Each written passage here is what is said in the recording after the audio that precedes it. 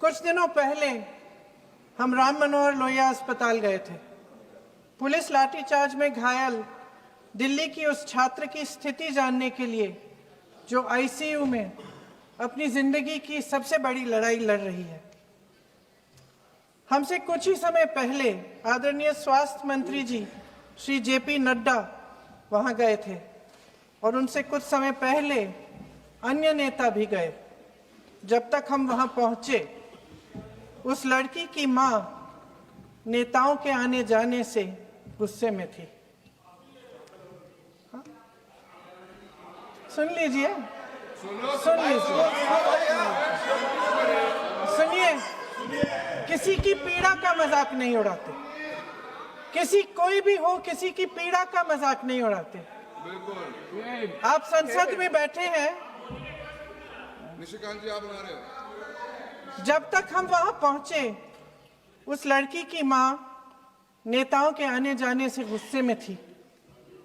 किस लिए आए हो? उसने आईसीयू के दरवाजे के बाहर खड़े होकर हमें पूछा। हमारे सामने कांपते हुए हाथ जोड़े कहने लगी कि धन्यवाद, आप आए हैं, ठीक है, मगर मुझे किसी से नहीं मिलना, मुझे किसी से बात नहीं करनी। महोदय, उस मां की पीड़ा से उसका पूरा शरीर कांप रहा था, लेकिन उसने दृढ़ आवाज में कहा, सुबह से बड़े बड़े लोग यहां आ रहे हैं, एक के बाद एक वीडियो बना रहे हैं। वह भी आए जिन्होंने मेरी बेटी का ये हाल किया है। किस लिए? उसने हमसे पूछा। किस लिए? मेरी बेटी की बलि तो चढ़ गई है, लेकिन उसे कुछ भी हो जाए तो मैं उसके लिए अपने आप लड़ूंगी। मुझे किसी की मदद नहीं चाहिए, मैं अकेले लड़ लूंगी। महोदय, शायद मुझे यहाँ खड़े होकर सबके सामने ये बात नहीं कहनी चाहिए, मगर उस माँ की गुहार ने मुझे शर्मिंदा किया। उसके दिल के टूटने की वो आवाज जो अस्पताल की दीवारों से में गूंज रही थी, मेरे मन में अभी भी गूंज रही है। इसलिए उस माँ की इजाजत लिए बिना मैं आपके द्वारा आदरणीय प्रधानमंत्री महोदय जी और आदरणीय गृह मंत्री महोदय जी से पूछना चाहती हूँ कि क्या जरूरत थी एक मासूम बच्ची पर इस तरह दमन करने की? क्या जरूरत थी उन छात्रों पर आंसू गैस चलवाने की, उन पर लाठियां बरसाने की, उन पर वाटर कैनन्स चलवाने की? क्या जरूरत थी उन नौजवान लड़कियों को जलील करते हुए उनके कपड़े फाड़ने की, उनको बेरहमी से गंदी तरह पिटवाने की? देश के युवाओं पर पैलेट गन्स और AK-47 चलवाने की क्या आवश्यकता थी? क्या वे आतंकवादी थे? क्या आतंकवादी हैं? टेररिस्ट हैं? हाँ, कांग्रेस बोल रही है। हाँ, कांग्रेस बोल रही है। जवाब दीजिए, जवाब दीजिए। कांग्रेस बोल रही है, जवाब मांग रही है, जवाब दीजिए।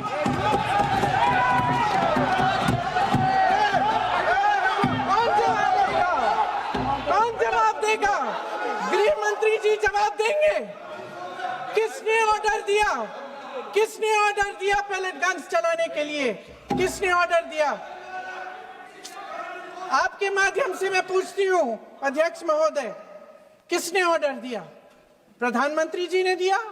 गृह मंत्री जी ने दिया? जवाब देंगे? पूरा देश पूछ रहा है, सिर्फ कांग्रेस पार्टी नहीं पूछ रही है, पूरा देश पूछ रहा है। अध्यक्ष महोदय, देश के माता पिता पूछ रहे हैं, छात्र पूछ रहे हैं, अध्यापक पूछ रहे हैं, पूरा देश आज ये पूछ रहा है। और आपकी जिम्मेदारी बनती है कि आप इस सवाल का जवाब दें। क्यों डरते हैं आप इस देश के नौजवानों से? क्यों डरते हैं आप इस देश की बुलंद आवाज से? और उस आवाज को दबाने का हक आपको किसने दिया है? महोदय, ये सदन यहाँ बैठे हुए सांसदों की जागीर नहीं है, ये इस देश की अमानत है। यहाँ बैठे हम सब इस देश की जनता, इस देश के युवाओं, बुजुर्गों, गरीबों, अमीरों और सब धर्मों, सब वर्गों के देशवासियों के सेवक हैं। हम उनके प्रतिनिधि हैं और ये सत्ता हमें उन्होंने ही दी है। इस देश का संविधान हमारी सर आंखों पे, इस देश का लोकतंत्र सर्वोपरि है। इसे ध्वस्त करना पाप है। यह करोड़ों जनता हमसे सिर्फ एक चीज मांगती है, जवाबदेही। इंग्लिश में इसे अकाउंटेबिलिटी कहते हैं। हमें सत्ता देकर, हमें यहां तक लाकर सिर्फ उसकी ये गुहार है कि जो हम करें उसकी भलाई के लिए करें, और अगर उनके साथ अन्याय हो तो हम उनके प्रति जवाबदेह बने और उन्हें न्याय दिलवाएं। पिछले दिनों हजारों बच्चे सड़क पर उतरे। उन्होंने अपनी पीड़ा व्यक्त की। गांधी जी के दिखाए हुए रास्ते पर अहिंसा और सत्य को अपने दिलों में रखते हुए, गाते, मुस्कुराते हुए शांतिपूर्वक प्रदर्शन किया। लोकतंत्र के सबसे पवित्र सिद्धांत के तहत उन्होंने अपनी आवाज उठाने का अधिकार कायम किया।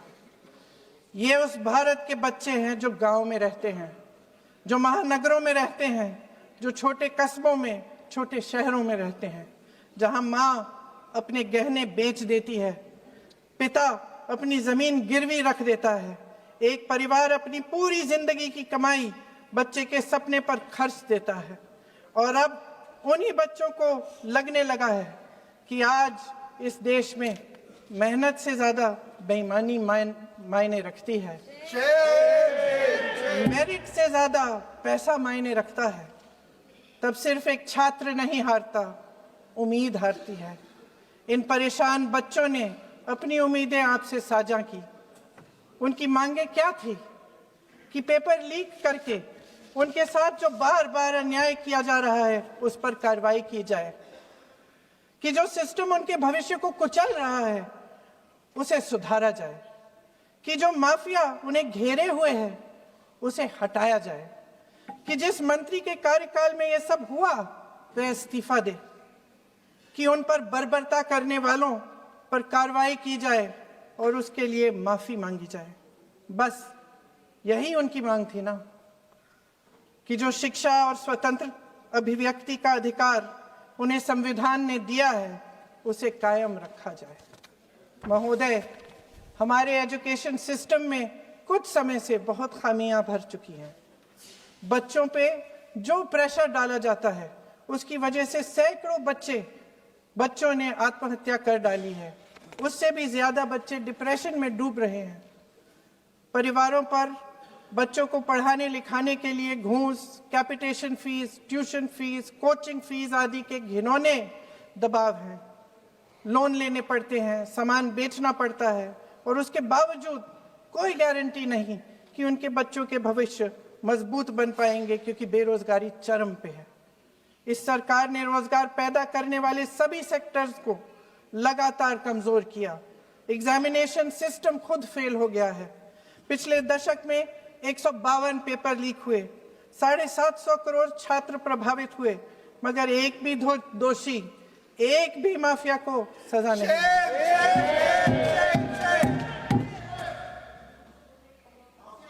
हमारे एजुकेशन में आरएसएस के प्रचारकों को भर भर कर उसे खोखला बना दिया है।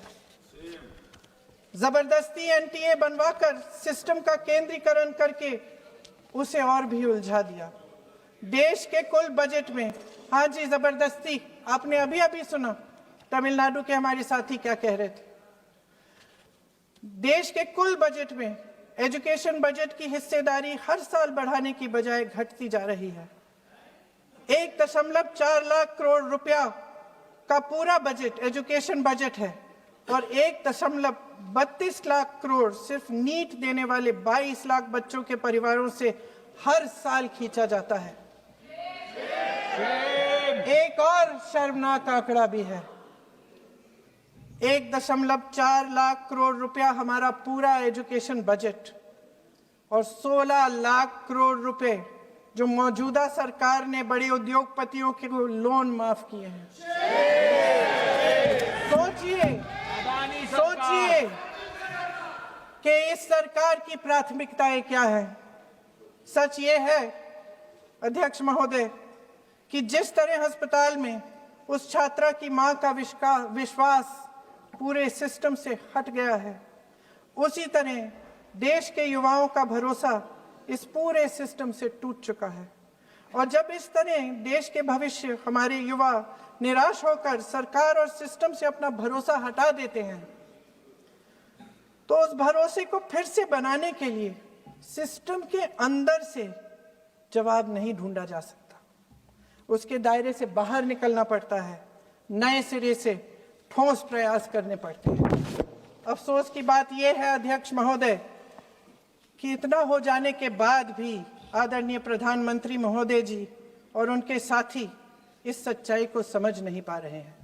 वे अभी भी ये सोच रहे हैं कि पीआर, नैरेटिव चेंज और पालतू मीडिया के सहारे एक बार फिर उनकी नैया पार हो जाएगी। परसों शिक्षा मंत्री जी ने शर्मनाक परिस्थितियों में अपना इस्तीफा दिया और कल यहीं मकरद्वार पर मेरे सत्ता पक्ष के सांसदों ने जिंदाबाद के नारे चिल्लाते हुए उनका संसद में ऐसे स्वागत किया जैसे मानो कोई सुपरस्टार पहुंच गए हैं। विडंबना देखिए महोदय, जब भूतपूर्व शिक्षा मंत्री को मुकुट पहनाया जा रहा था, स्वागत हो रहा था उनका, तब महाराष्ट्र में एक परिवार पेपर लीक पीड़ित अपनी बेटी की आत्महत्या का शोक मना रहा था। आपकी सरकार ने देश के करोड़ों छात्रों को क्या संदेश दिया? आपको किस बात का गौरव है, किस बात का अभिमान है? ये कौन सा अहंकार है? जहां आंखों में शर्म होनी चाहिए, वहां बेशर्मी और स्वागत के नगाड़े बजाए रह रहे हैं। एक तरफ मातम है, दुख है, यहां फूल माला डाल रहे हैं। कोई आप पर कैसे यकीन करे? प्रधानमंत्री महोदय जी ने नया शिक्षा मंत्री चुना, एक ऐसे व्यक्ति को इस पद पर आसीन किया जिसने एक गर्भवती महिला के बलात्कारियों की रिहाई पर अपनी सहमति व्यक्त की, खुशी जताई। देश की करोड़ों लड़कियों को प्रधानमंत्री जी ने इससे क्या संदेश दिया? सर, अखबारों में है। अखबार में नहीं, मेरा कुछ भी बोल के चले जाते हैं क्या? ये तो कैसा क्या है इनके पास? ऐसा ही कोई आरोप लगा दीजिएगा। कोई नियम कानून नहीं है।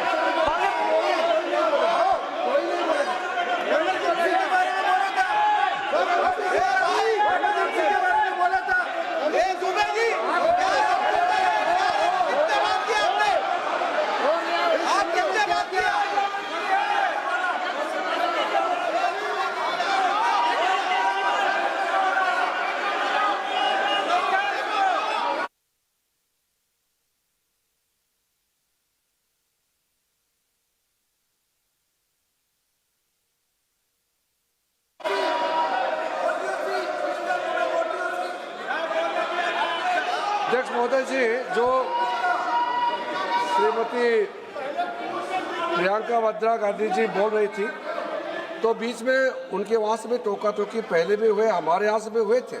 अभी हम लोग तो शांति से सुन रहे हैं, लेकिन जो अभी अभी हमारे वर्तमान नए शिक्षा मंत्री को जो उन्होंने टिप्पणी की, कैरेक्टर असैसिनेशन है एक तरीके से संसद में, और इस तरीके के भाषा हम उम्मीद नहीं करते हैं।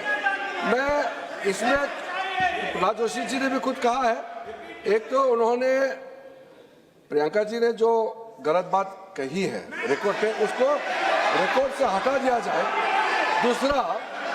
दूसरा इस तरह का भाषा का इस्तेमाल ना करें। आपने डिबेट से पहले आपने अपील किया कि संसद में डिबेट का स्तर को नहीं गिराने चाहिए।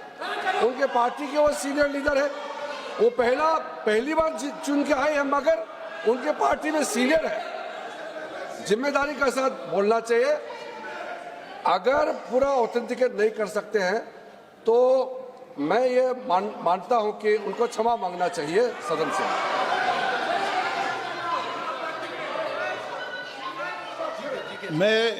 मेरा मत ये सदन के अंदर, ये सदन सर्वोच्च लोकतांत्रिक संस्था का सदन है, इसका एक एक शब्द हमेशा रिकॉर्ड में रहता है।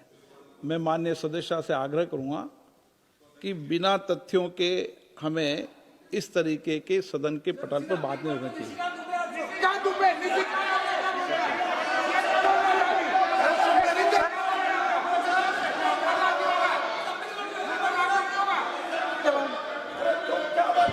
ये तो डिलीट कर दिया, लेकिन आगे भी वो भी डिलीट करा सर।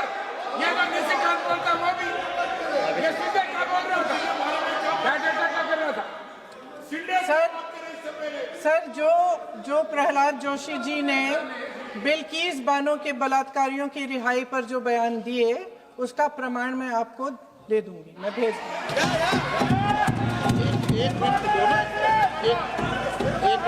मैं ऑथेंटिकेट करूंगा।